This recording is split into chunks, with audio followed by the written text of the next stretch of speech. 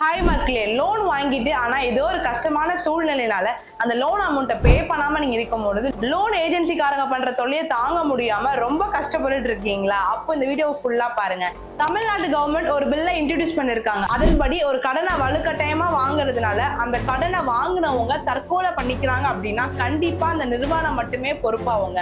அதே மாதிரி கடன் வாங்கினவங்களோட வீட்டுல இருக்க குடும்பத்து ஆளுங்களை பெண்களோ இல்ல அவங்களையோ தொடர்ந்து ஹராஸ்மெண்ட் பண்ணிட்டு போன்லயோ இல்ல நேர்ல வந்தோ அக்கம் பக்கத்துல யாரு பாக்குறதுக்கு முன்னாடியும் அசிங்கமா திட்டி அவங்களை ரொம்ப அவமானப்படுத்துறாங்க அப்படின்னா அதுக்குமே அவங்க பொறுப்பாவாங்க. இந்த மாதிரி சில விஷயங்கள் பண்றதுனால நிறுவனங்கள் மேல 3 வருஷம் வரைக்கும் சிறை தண்டனை கிடைக்கிறதுக்கு ஏகப்பட்ட வாய்ப்புகள் இருக்குங்க.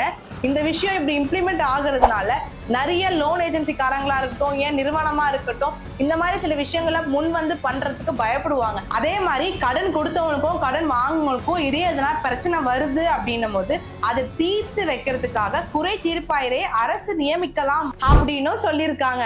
சோ இதனால நிறைய பேருக்கு நிறைய நல்ல விஷயங்கள் நடக்க போகுதுங்க. இது எல்லாருமே தெரிஞ்சுக்கோங்க. கடன் வாங்கிட்டு கஷ்டப்பட்டு இருக்கவங்க ஃப்ரெண்ட்ஸ் இல்ல ஃபேமிலி கண்டிப்பா ஷேர் பண்ணுங்க. இது எல்லாருமே தெரிஞ்சுக்கோங்க. இந்த மாதிரி தெரிஞ்சுக்க என்ன ஃபாலோ பண்ண மறந்துடாதீங்க. தேங்க்யூ.